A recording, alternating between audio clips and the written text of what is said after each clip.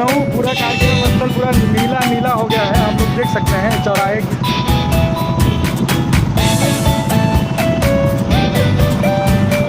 हाथ जिनके कांपते थे वोट करने के लिए, हाथ जिनके कांपते थे वोट करने के लिए, उस समाज को 4 बार उत्तर प्रदेश में सत्ता में बिठा गए राज करने के लिए।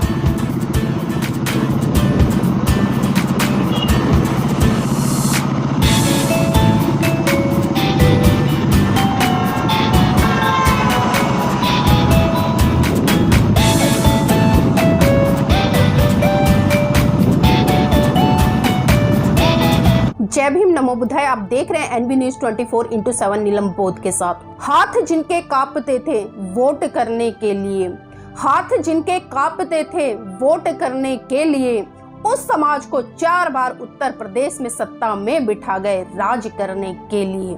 साथियों, मेरी इन पंक्तियों से आप समझ ही गए होंगे। आज मैं बात करूंगी उस महामानव की जिस महामानव ने एक चाय बेचने वाले, एक सब्जी बेचने वाले, एक सफाई कर्मचारी को सत्ता के गलियारों में पहुंचाकर शासक बनाने का काम किया। जी हाँ साथियों, आज मैं बात कर रही हूँ बहुजन राजनीति के रासायनिक शास्त्र साहब मान्यवर कांशीराम जी की। साहब मान्यवर कांशीराम जी का नाम कोई नाम नहीं बल्कि एक क्रांति है, एक आंदोलन है, एक विचारधारा है और एक ऐसी विचारधारा जिसने इस देश के दबे कुचले लोगों को सत्ता में पहुंचाने का काम किया। साथियों, इस उगते हुए सूरज का जन्म पंजाब के रोपड़ जिले में पृथ्वीपुर गांव में हुआ, जो कि उनका ननिहाल था। और पंजाब से ही साहब मान्यवर कांशीराम जी की जो एकेडमिक शिक्षा थी वो वहीं से पूरी हुई और उसके बाद में साहब मान्यवर कांशीराम जी ने सरकारी नौकरी भी की। लेकिन कुछ समय बाद जब वो दीना भाना जी के संपर्क में आए और जिस तरह से जो व्यवस्था चल रही थी, जिस चीज के खिलाफ दीना भाना जी आंदोलन कर रहे थे, उस आंदोलन को साहब मान्यवर कांशीराम जी ने समझा और उन्होंने अपनी नौकरी छोड़कर उनके साथ मिशन मूवमेंट में लग गए। और तभी से साथियों साहब मान्यवर कांशीराम जी के मिशन मूवमेंट की शुरुआत होती है और शुरुआत होती है उस महत्वपूर्ण कड़ी की कि इस देश में किस तरह से बहुजन समाज के तबके को सत्ता पर काबिज किया जाए। साथियों, साहब मान्यवर कांशीराम जी ने वामसेव DS4 की भी स्थापना की और किस तरह से उन्होंने बहुत बड़े तबके को, जो कि सरकारी कर्मचारी था, उसको संगठन में जोड़ने का काम किया और उन्हें कैडर देने का काम किया। और इसी के मार्फत उन्होंने कन्याकुमारी से लेकर कश्मीर तक की यात्रा साइकिल पर की। कई बार तो ऐसा भी होता था कि जब उनके साइकिल के टायर की हवा निकल जाती थी तो उनके पास पैसे नहीं होते थे और वो अपने सहयोगी साथियों से पैसे लेकर उसमें हवा भराने का काम करते थे। साहब मान्यवर कांशीराम जब भी ट्रेन से यात्रा करते थे तो हमेशा वो समाज का जो पैसा है उसका बहुत सदुपयोग करते थे और जो ट्रेन में सीटिंग होती थी उसमें 3rd क्लास में वो जाया करते थे ताकि बहुजन समाज की खून पसीने की गाड़ी कमाई को बचाया जा सके।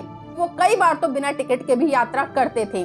तो इस तरह का कुछ जीवन सफर रहा साहब मान्यवर कांशीराम जी का। साथियों, साहब मान्यवर कांशीराम जी ने अपने समाज को अनुशासित तरीके से रहकर मिशन मूवमेंट को आगे बढ़ाने के लिए प्रेरित किया और इतना ही नहीं, वो जगह जगह पर जाकर खुद भी कैडर करते थे और लोगों को भी कैडर देने के लिए तैयार करते थे। और आप सभी को पता है कि जो उनका 1 नोट और 1 वोट का जो कॉन्सेप्ट था वो कितना सार्थक हुआ। उन्होंने उस दबे कुचले समाज को सपने ही नहीं दिखाए बल्कि उसको सत्ता पर भी काबिज करने का काम किया, जो लोग वोट देने से भी डरते थे।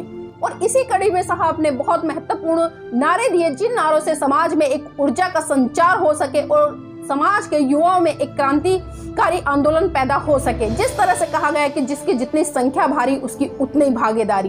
लेकिन आज हम देख रहे हैं कि आज इतनी संख्या होने के बावजूद भी राजनीति में हमारी इतनी भागीदारी नहीं होती है। उसी के साथ साथ में जैसे कि वोट हमारा राज तुम्हारा नहीं चलेगा, नहीं चलेगा। जैसा कि आप सभी भली भांति जानते हैं कि जो राजनीतिक संघर्ष साहब का रहा वो कितना कठिनाइयों से भरा, लेकिन वो कभी भी विचलित नहीं हुए और ना ही उन्होंने कभी समाज को विचलित होने के लिए कहा, बल्कि समाज को सक्षम, मजबूत और वैचारिक रूप से आंदोलित होने के लिए प्रेरित किया। और इतना ही नहीं साथियों, जिस तरह से साहब मान्यवर काशीराम जी का संघर्ष रहा, धीरे धीरे वो कई बीमारियों से ग्रस्त होते गए और धीरे धीरे 2003 आते आते कई बीमारियों ने साहब को घेर लिया। उनका काफी इलाज हुआ, कई जगह उनको दिखाया गया, लेकिन जो बीमारियां थी वो इतनी गंभीर हो चुकी थी कि साहब उनसे उबर नहीं पा रहे थे। और साथियों यही कारण रहा कि 9 अक्टूबर सन 2006 को साहब मान्यवर काशीराम अपने इस देश के बहुजन समाज तबके को रोता बिलखता छोड़ गए और उनके लिए बहुत बड़ा काम छोड़ गए कि आपको देश की सत्ता पर काबिज होना है और अपने लोगों का बड़े स्तर पर भला करना है। और जैसे कि साथियों हमें पता है कि उनके बाद सबने संकल्प लिया और सभी ने एक आह्वान किया कि साहब कांसीराम तेरा मिशन अधूरा, हम सब मिलकर करेंगे पूरा। जैसे कि आप सभी जानते हैं कि 9 अक्टूबर को साहब मान्यवर काशीराम जी का परिनिर्वाण हुआ और इसी कड़ी में इस बार लखनऊ में भी बहन कुमारी मायावती जी की बहुत बड़ी जनसभा होने जा रही है और साहब मान्यवर काशीराम जी का परिनिर्वाण दिवस मनाया जाएगा। और इसी के साथ साथ साथियों मैं बता दूं, आप आवाम की हिस्सेदारी व सत्ता में परिवर्तन के तहत साहब मान्यवर काशीराम जी के 15वें परिनिर्वाण दिवस पर भारत की राजधानी दिल्ली में भी प्रातः 9 बजे तालकटोरा स्टेडियम से लेकर रकाबगंज रोड तक साहब मान्यवर काशीराम जी के लिए संकल्प यात्रा का आयोजन किया गया है बहुजन समाज पार्टी दिल्ली प्रदेश की तरफ से। तो आपसे उम्मीद करती हूँ कि आप ज्यादा से ज्यादा संख्या में इस संकल्प मार्च में पहुंचे और साहब मान्यवर काशीराम जी के जो सपने रह गए थे अधूरे, उनको पूरा करने के लिए खुद भी प्रेरित हो और समाज को भी प्रेरित करे। और खासकर इस देश में जो दबा कुचला समाज है और जो इस देश की सत्ता से बहुत दूर है, उनको भी प्रेरित करे और आप ज्यादा से ज्यादा संख्या में पहुंचकर इस कार्यक्रम को सफल बनाएं। जय भीम, नमो बुद्धाय।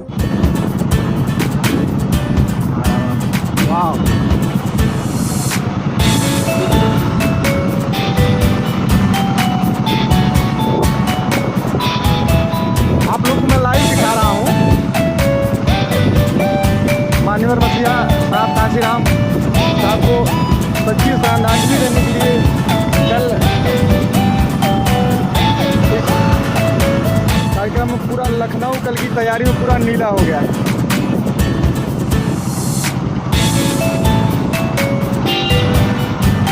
आप प्रेयर भी करते जाइए ताकि और भी साथी जुड़ के देख सकें।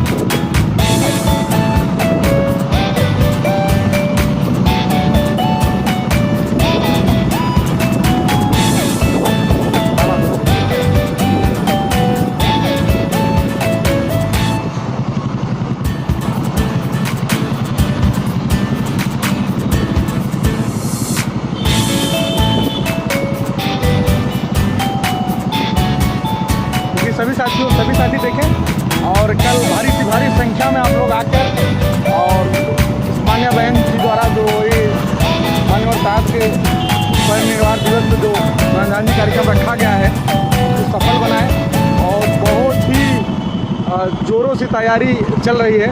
और जैसा कि देखिए सुबह में आपको लाइव दिखा रहा हूँ कि किस तरीके से तैयारी किया गया है लखनऊ में।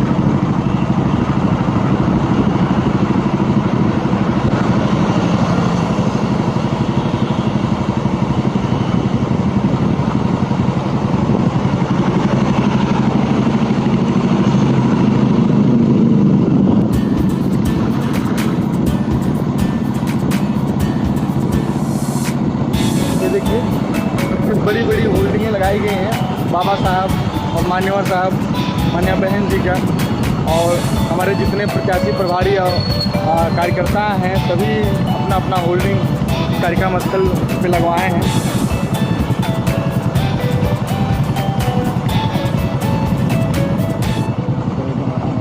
तो देखिए मैं आपको गेट पे ले चल रहा हूँ।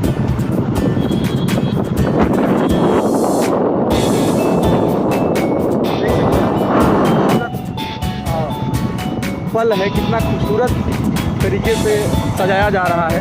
कल आप सब आएंगे यहाँ पे।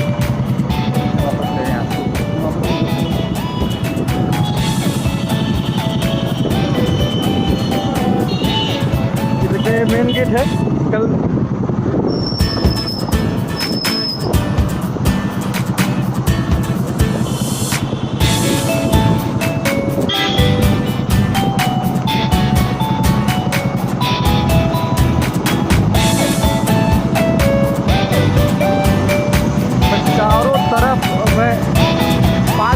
चारों चारों तरफ घूम के मैं आपको दिखा रहा हूँ किस तरीके से इसको पूरा विरोध सजाया गया है।